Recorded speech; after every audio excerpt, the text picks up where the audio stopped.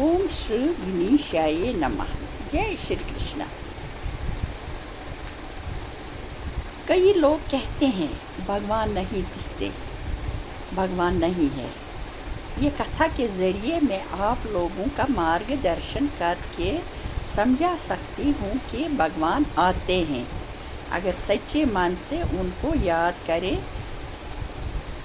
तो वो अपने भक्त को दर्शन दे ही देते हैं। जय श्री कृष्ण। ये कथा है रसखान की। रसखान का ये भजन है। बताओ कहाँ मिलेंगे श्याम, बताओ कहाँ मिलेंगे श्याम। जय श्री कृष्ण। रसखान एक था रसखान, वो पान की दुकान पर गया पान लाने के लिए गया। वहाँ पर एक तस्वीर टंगी थी। रसखान ने पान वाले से पूछा, ये तस्वीर किसकी है? इसके पाँव में चरण पादुका नहीं है। रसखान ने पान वाले से बोला, मैं चरण पादुका बनाना के लिए ले आऊँ, बना के ले आऊँ? पान वाले ने बोला, ले आओ। रसखान घर गया, चरण पादुका बनाया और पान वाले के पास आया। पान वाले से पूछा, यहाँ तस्वीर लगी थी, कहाँ गई? पान वाले ने बोला, ले गया कोई। खान साहब ने कहा, ये किसकी तस्वीर थी? पान वाला बोला, ये श्याम सुंदर की तस्वीर थी। खान साहब बोला, बताओ कहाँ मिलेंगे श्याम सुंदर? श्याम कहाँ मिलेंगे? बताओ कहाँ मिलेंगे श्याम?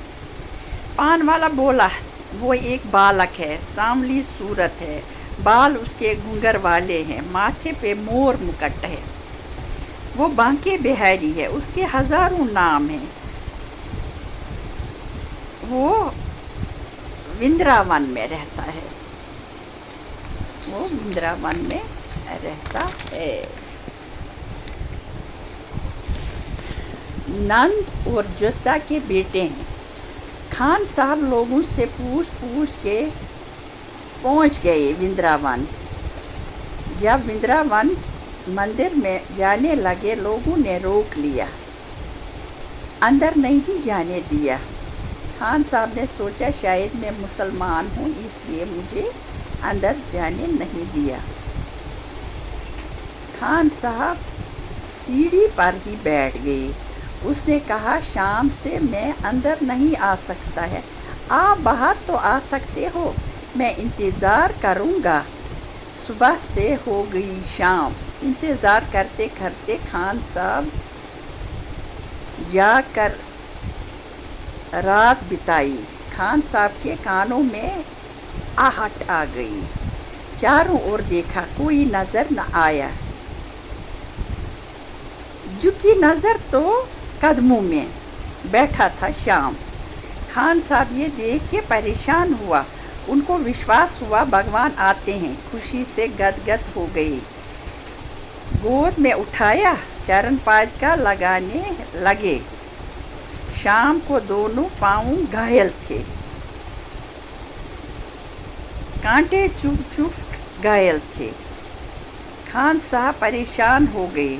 बोला, श्याम मैं तो दूर से आया, आप अंदर से सीढ़ी तक आए, घायल कैसे हो गए?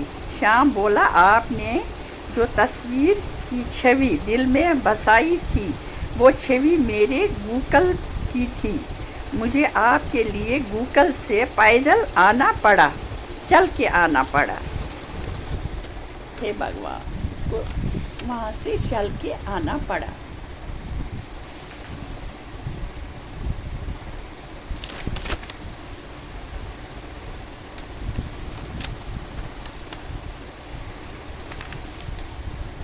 जय हो, जय श्री कृष्ण। इसलिए इसने भगवान ने इसको दर्शन दे दिए, तो भगवान ज़रूर दर्शन देते हैं। जय जय श्री कृष्ण महाराज। स्कंद 10वां अध्याय 39वां। जाना श्याम और बलराम अक्रूर के साथ मथुरा में। अब ये अक्रूर जी के साथ मथुरा में जाने लगे। जय जय हिंद। भगवान क्षमा कर दो। जय श्री कृष्ण। हम कहते हैं भगवान नहीं है, लेकिन भगवान है। भगवान को अगर सच्चे मन से याद करें तो भगवान ज़रूर दर्शन देते हैं। जब भगवान के चरणों का दुआ होकर तीनों लोग के जीवन को तारती है। और बलभद्र और प्रद्युम्न और अनुराध तुम्हारे ही रूप है, इसलिए मैं सब तुम्हारे अवतारों को दंडवत करता हूँ। इतनी कथा सुनकर राजा परीक्षित ने पूछा कि ए महाराज, उस वक्त तक अनुराध और प्रद्युम्न जी पैदा नहीं हुए थे। अक्रूर जी ने उनका नाम किस तरह जाना? सुखदेव जी ने कहा कि ए राजा परीक्षित, उद्धव जी और अक्रूर जी श्री कृष्ण जी के भक्तों में होकर तीनों काल का हाल जानते थे। जिस तरह नारद मन को तीनों काल यानी माजी हाल व मुस्तकबाल का हाल मालूम रहता है, इसी तरह हर वक्त लोग में तीनों का हाल जानते हैं। फिर अक्रूर जी ने कहा कि आप बोध अवतार लेकर दूतों को यज्ञ करने से मना करेंगे और कलयुग के अंत में कल की अवतार देवताओं को यज्ञ करने से मना करेंगे और कलयुग के अंत में कल की अवतार धरकर नए सिरे से सतयुग का धर्म जारी करेंगे।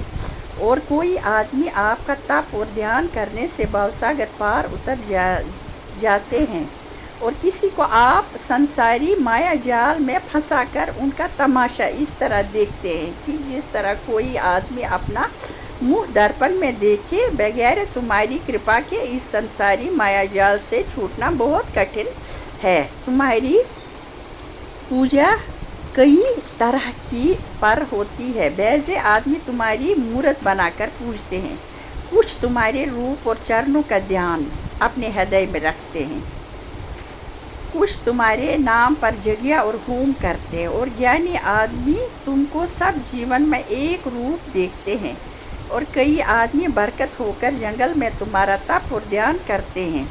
कुछ गृहस्थी में रहने पर भी मन से तुम्हारा आसनमन और ध्यान रखकर भवसागर पार उतर जाते हैं और कुछ लोग सिवाय तुम्हारे दूसरे देवता से प्रीत न रखकर बार बार तुमको दंडवत करके संसारी व्यवहार को सपने की तरह समझते हैं।